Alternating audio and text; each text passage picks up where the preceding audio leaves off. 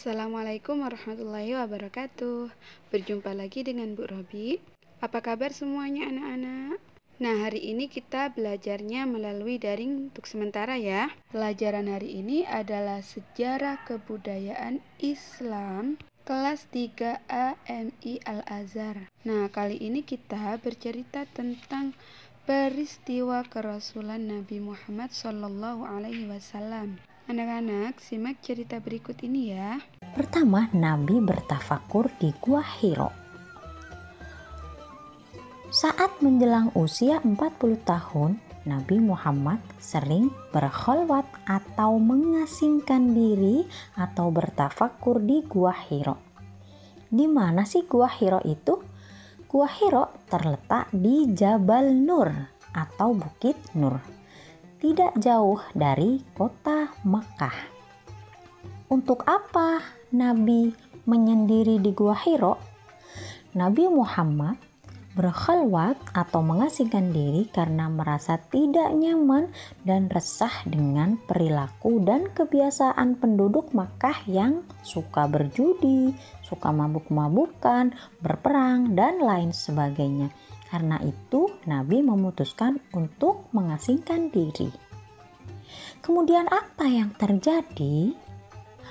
Pada suatu malam ketika Nabi berkholwat di Gua Hiro, datanglah malaikat Jibril alaihi salam membawa wahyu pertama untuk Nabi Muhammad. Malam itu bertepatan dengan malam Jumat, tanggal 17 Ramadan. Nah, Jibril lalu berkata kepada Nabi Muhammad, "Iqra ya Muhammad," artinya bacalah hai Muhammad. Kemudian Nabi menjawab, "Aku tidak bisa membaca." Nah, kalian ingat kan, Nabi Muhammad adalah seorang yang ummi, artinya tidak bisa membaca dan tidak bisa menulis. Kemudian Jibril mengulang, meminta kepada Nabi Muhammad sampai 3 kali agar membaca. Lalu kemudian Jibril melafalkan surah Al-Alaq ayat 1 sampai 5. Nah, apakah kalian semuanya sudah hafal surah Al-Alaq? Kalau belum, kita baca yuk bersama-sama. Surah Al-Alaq. Bismillahirrahmanirrahim. Iqra bismi rabbikal ladzi khalaq. Khalaqal insana min 'alaq. Iqra wa rabbukal akram. Alladzi 'allama bil qalam.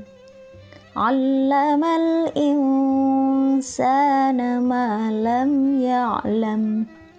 Nah, itu adalah bunyi surat Al-Alaq ayat 1 sampai 5. Sepertinya kalian sudah hafal semua ya. Artinya bisa kalian baca sendiri ya. Nah, surat Al-Alaq ini adalah wahyu pertama atau ayat pertama yang diterima oleh Nabi Muhammad. Ayat ini sekaligus menjadi tanda bahwa Nabi Muhammad sudah resmi diangkat sebagai Nabi dan Rasul. Nah, lalu apa yang terjadi kemudian?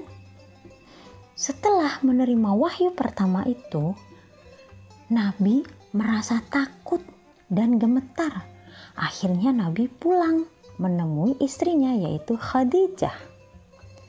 Kemudian Khadijah berusaha menenangkan Nabi Muhammad dan mengajak beliau untuk menemui seorang ahli kitab yang bernama Warokoh bin Naufal.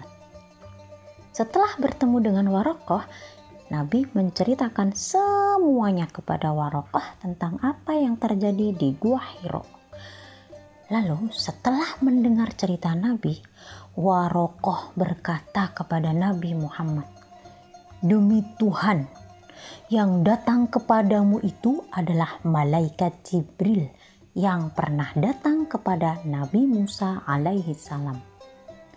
Baik-baiklah menjaga diri, tabahkan hatimu Muhammad, dan kelak engkau akan diangkat oleh Tuhan sebagai seorang rasul.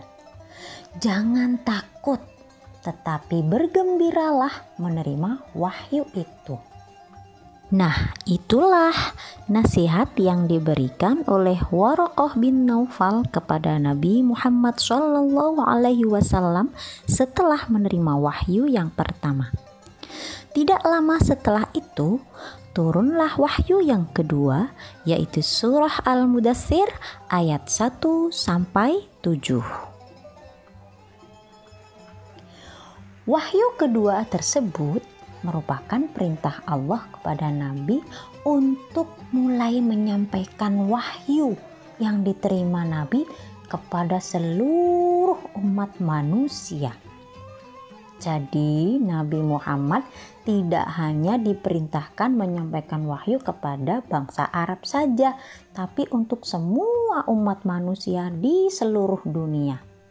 Nah, sejak saat itu Nabi memiliki tugas baru, yaitu berdakwah. Kalian tahu dakwah itu apa? Yaitu mengajak umat manusia kepada kebaikan. Apa itu?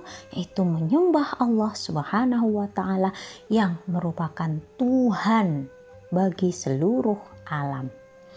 Nah, Nabi mulai berdakwah, dan kalian tahu orang pertama yang mendengar dan menerima dakwah Nabi adalah istri beliau sendiri. Siapa? Khadijah.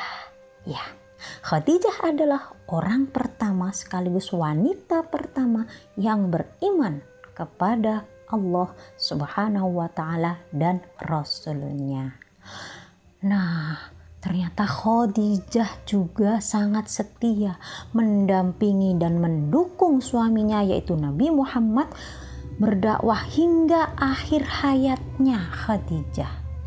Bahkan seluruh kekayaan Khadijah dipergunakan untuk mendukung Nabi berdakwah menyebarkan ajaran Islam di kota Makkah. Wah, Khadijah orang yang sangat baik dan dermawan ya. Kira-kira setelah Khadijah, siapa yang berikutnya menerima dakwah Nabi dan kemudian masuk Islam? Nah, kalau kalian ingin tahu jawaban dari pertanyaan di atas, kita akan bersama-sama menjawabnya di pertemuan berikutnya, insya Allah. Untuk saat ini, kita cukupkan sampai di sini dulu ya.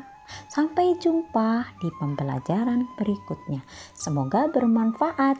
Wassalamualaikum warahmatullahi wabarakatuh. Untuk tugasnya, anak-anak bisa dilihat di halaman 27, nomor 1 sampai 5. Silakan dikerjakan ya.